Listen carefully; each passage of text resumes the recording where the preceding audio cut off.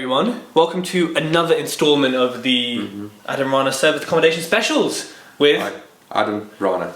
So, today's one is about going the extra mile. So we're both going to share how we go the extra mile for our customers, clients, tenants, guests, whatever you want to call them. Adam does it in service accommodation. I do it in buy-to-lets and flips, so quite different in that my houses are empty, really, but we both do things to go the extra mile. So, tell me one thing you do in SA, one of the few we're going to go through, that you think kind of sets you ahead of your competition and makes guests kind of go, ooh, that's nice, well, that's very kind. I think something simple is just being a human, right? Being people to people. So some things we do, and every person that comes in, ask them how this day is, how you doing, how was your day, simple things. And people are like, oh, thanks for asking, really appreciate that you asked us. And then it builds a relationship, it builds the start of the relationship, because it's people, end of the day, it's a people's business. So that is a very simple thing that we do. Not the only thing, we do a lot of things, but that's the start. That's how we start the relationship. And I think that also links nicely to buy-to-lets, because I'm not doing the viewings, I'm not like, manager or anything like that, but I'm still thinking about the person.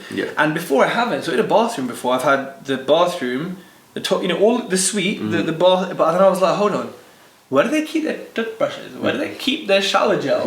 And I was like, uh-oh. So every buy-to-let, every flip going forward, I put a toilet roll holder in. I've got a shelf for people. you start thinking, oh, wait, someone's going to live here. So you can make a sexy ass bathroom, but where are they going to keep stuff?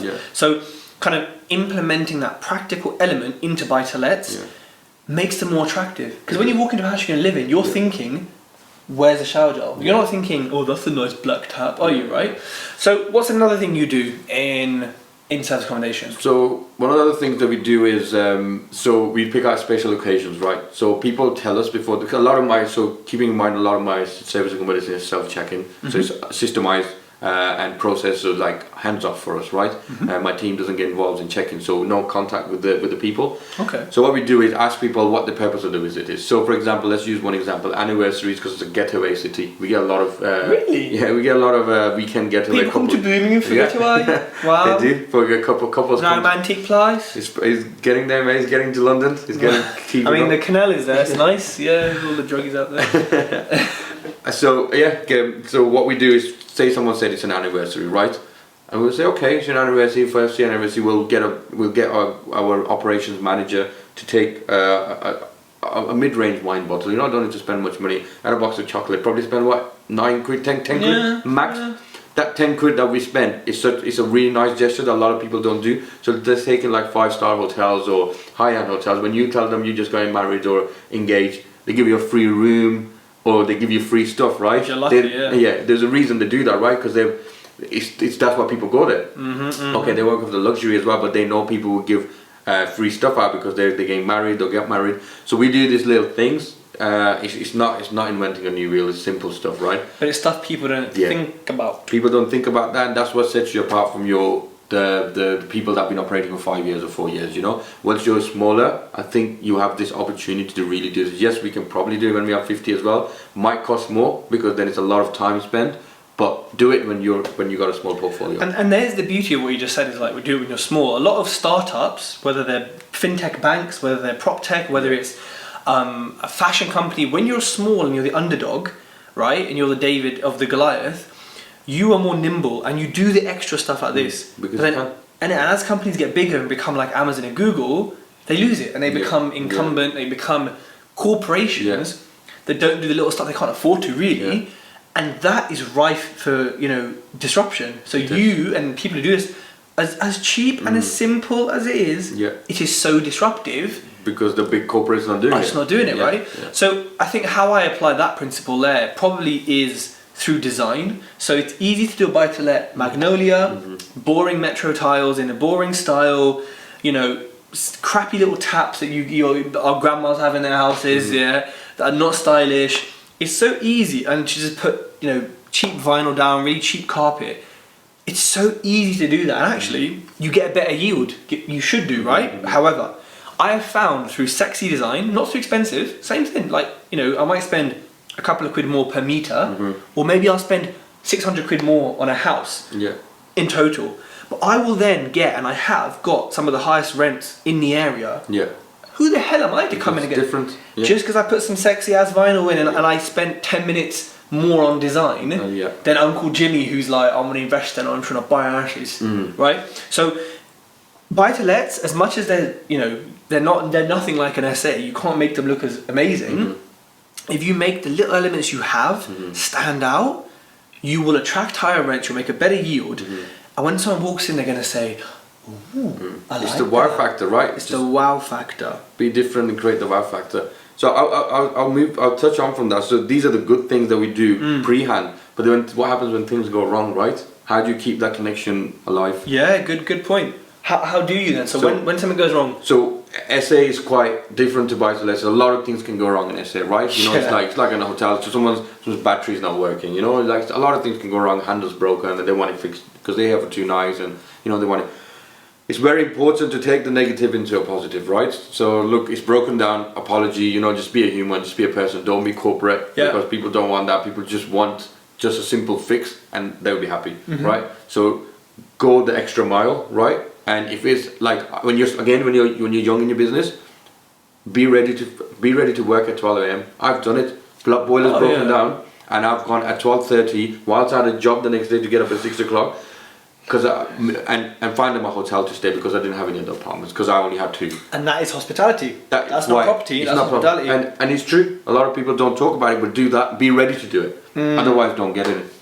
Or at some point systemize it, or get people to do it. And I think that transitions nicely to buy-to-lets and then the HMOs. Like, I wouldn't need to come at midnight to rescue something really, and I wouldn't because that's how it works. But when something's wrong, when that tenant texts me or WhatsApps me, and actually I'm building like an in-house lettings function at the moment with VAs or a VA. I've got it all drawn out ready to build. When they message me at the moment, instantly I message XYZ, hey, how long, how much, when can you get there and fix it? I message them back, look, I'm really sorry, get someone there. And honestly, I've had people there in hours before, and the tenants are like, oh, the builder's here. I'm like, is he? Thank God, good. And then they know, they're like, this landlord cares about us. And it's just that connection that they'll carry on paying the rent, you hope. But it's something different, because most landlords, oh yeah, I'll get someone to you in 48 hours, blah, blah, blah. But I'm just like, this is your home. I need to fix. And also, the longer it goes on, the more damage it's causing me. So, it's that element of being human again. That comes from the expectations from, like, traditionally, people did not respond, and landlords are known as bad rogue landlords, and because not everyone's bad. Right? Yeah, of course. Like, I've been a landlord for about 6 years and buy-to-let, right? And probably not has gone the extra mile until I learned into coming in SA. But like what you're doing is disruptive, right? It's like different. It's what you're doing and what you're expecting SA. And it's funny because which is important. What we're doing for us anyway, and for most people watching, maybe it's a generational thing, maybe it's whatever, an age thing, but like as in the age we're in, the time we're in, it's normal for us. Like it is very like I don't think I've got to text back straight away. I think. There's no other option.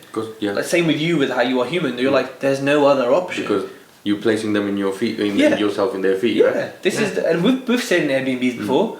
I've had bad experiences. I've kicked off. Rightfully, and so I know what it's like when a host is. You know what I mean? So you know these things. You learn. Yeah, and the key thing we investors or we property people or SA people have to understand that most people are like us. That's what people forget. 95 to more than 95% people are nice people, and they understand. For example, things go wrong. Yeah. So from if I was to talk data and from my last year, everything that's gone wrong, probably 99% of them, people have said, we don't mind that it's gone wrong. You just need a fix because we understand boilers break down. We understand the batteries will finish or the leak will happen because they've lived in the same apartments that you live in or the houses. Yeah. So keeping that in mind, just think of the end solution, quick and the correct solution. 2 things you do that, which you're doing quick and correct, which I'm doing in SA as well, is giving us the business and the scaling and the profit and the money eventually. That's what we want, right? Money, profit, creating a culture and creating a team and creating a business.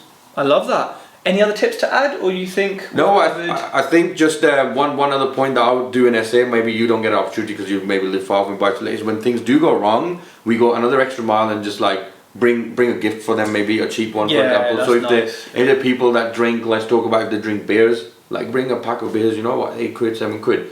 say, you know, we're sorry about this, here's a complimentary gift on us, right? And that makes a big difference. Big difference. One more, this applies to SA again, late checkouts, everyone wants a late checkout because people want to sleep in. Yeah. But of course you got to charge for them. But we say, okay, what we do when there's a mistake that was happening in their stay, say if it's possible, it has to be possible, right? Because you can have another guest coming and cleaning. Yeah. Say you can have an hour on us.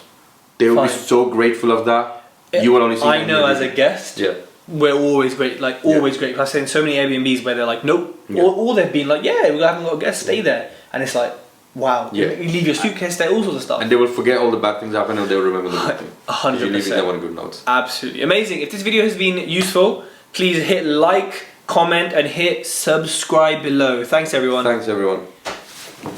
Chal, we're done. Bro, that was good. Yeah, man.